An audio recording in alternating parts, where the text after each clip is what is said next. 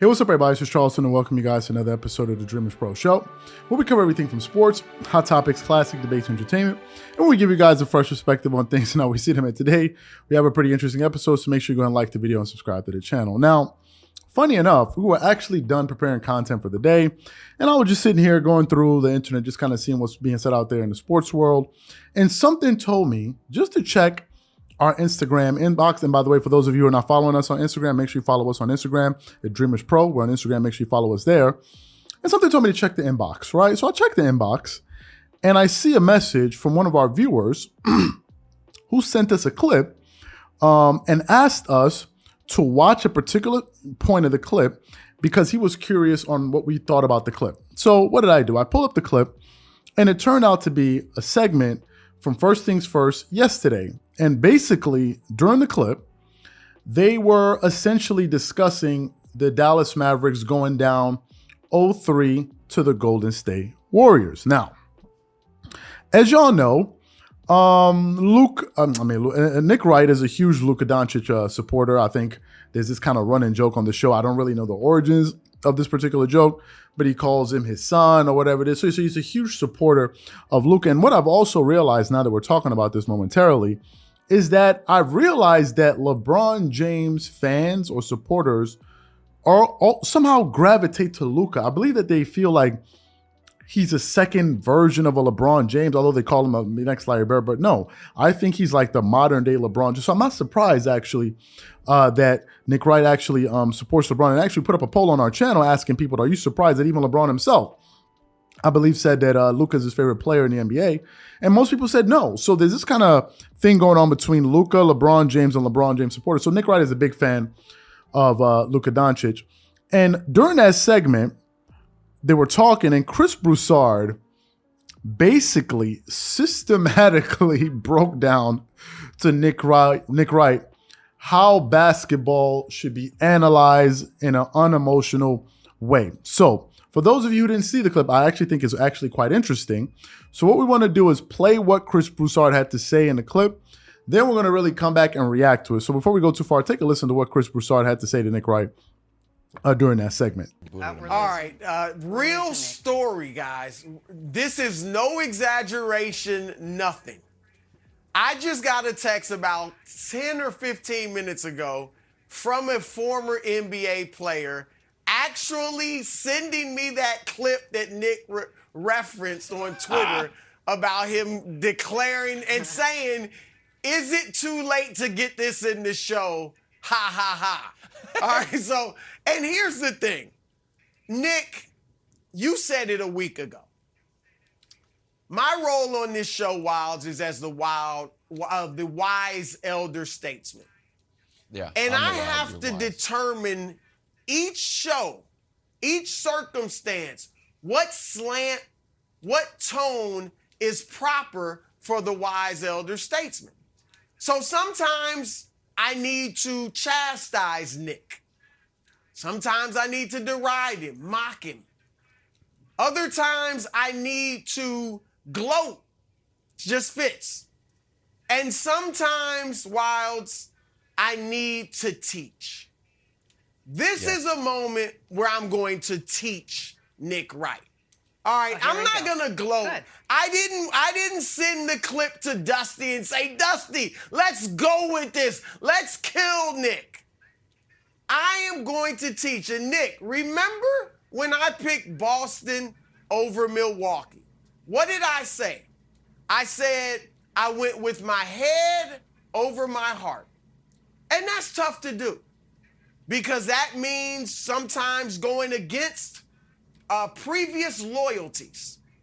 It means sometimes rooting for a favorite player to fall short. It means sometimes putting being right in the short term ahead of being right in the long term. And Nick, that's where you failed. That is where you went wrong. You couldn't do it. And not only could you not put your head in front of your heart, but you doubled down on the road to Hartsville and you brought in not only one of your favorite players, Luka, but your other favorite player, LeBron. So, because LeBron made the finals in his 4th season, Luka was going to. Because LeBron made the finals without a second star, Luka could do it. Yeah. Because LeBron beat an aging former champion en route to those finals, Luka was going to do it. And Nick, it led you down a path of romanticization, fantasy, and folly. And that is how you got to where you are, Nick. Wilds, that's how Nick ended up in this bad spot. Now, what is extremely entertaining to me about this is it actually isn't the first time that Chris Broussard has done this to Nick Wright. We've actually produced quite a bit of videos on our channel discussing this kind of back and forth between Chris Broussard and Nick Wright. And they have had some heated moments on First Thing. I mean, some heated classic moments. And some of those moments we've covered them. And one of the classic lines that Chris Broussard used to Nick Wright, and I think this was during the All-Star weekend, during the 75th anniversary when the NBA was celebrating the 75 greatest players of all time. And of course, Michael Jordan came out at the end and he got the biggest applaud.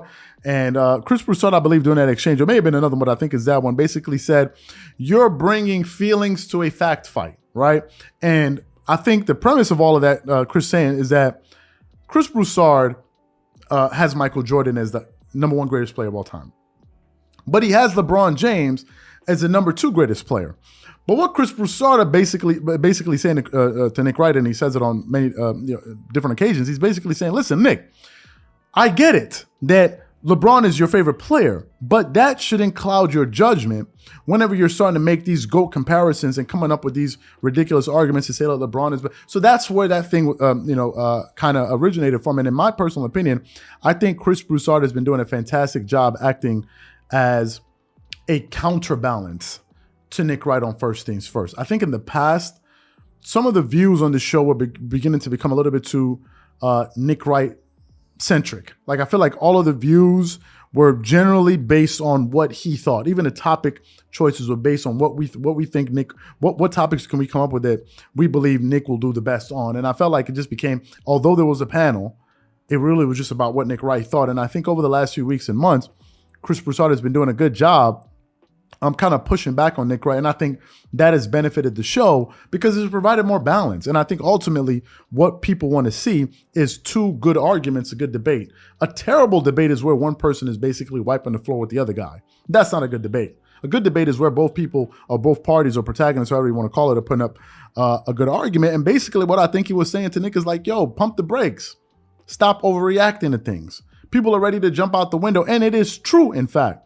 I read a lot of sports news websites, and you've been hearing about all of these ridiculous stats that in so X amount of games, this guy scored this many points, like Michael Jordan, LeBron James, and this and this and this. All of these stats, and all of it is leaning towards saying, oh, this guy is the next this and this guy the next that. And that's why Chris Broussard said, wait a minute.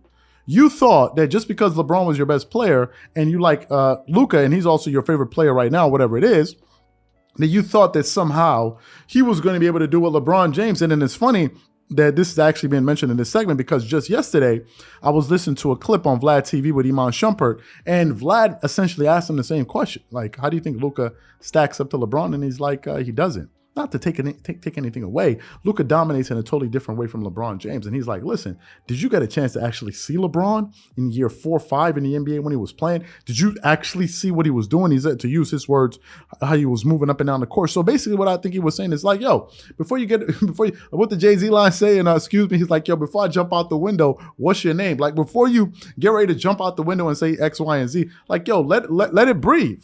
Let it breathe. Let's see what he can do. And he says sometimes you have to root against your favorite player. And I understand that. But it happens sometimes in sports. Sometimes we get excited and we go off the moment, and it comes back to bite us in the butt. It's like when Kawhi Leonard won 2 championships. No. When he won his second championship with the Toronto Raptors. And then it's like me coming out and saying, yo, Kawhi is about to be the next Jordan, when he's 4 championships away from Michael Jordan. That's called jumping out the window and jumping the gun, so to speak. And I think really that's the point that he was making. And also, let me say this. Just because we said this, it doesn't mean that Chris Broussard is always right. He's not always right, but who is? No one is always right. Who's always right? People are wrong left, right, and center. Most people who had playoff predictions are wrong right now as we currently speak. I just think that, however, he brought up a good point, and I think ultimately he showed us the difference between LeBron and Luka at the same stages in their career, and I think Chris Broussard did a pretty good job in that segment. So basically what we want to know is, what do you think about that exchange? Whatever you guys think, please leave your thoughts and comments in the comment section below. Again, if you enjoyed the video, be sure to make sure you go ahead and hit the like button, hit the subscribe button, and hit the notification bell to be notified whenever we drop our content. Once again, this is Charles here from Dreamerspro. Wishing you guys an amazing day. Catch you guys on the next episode.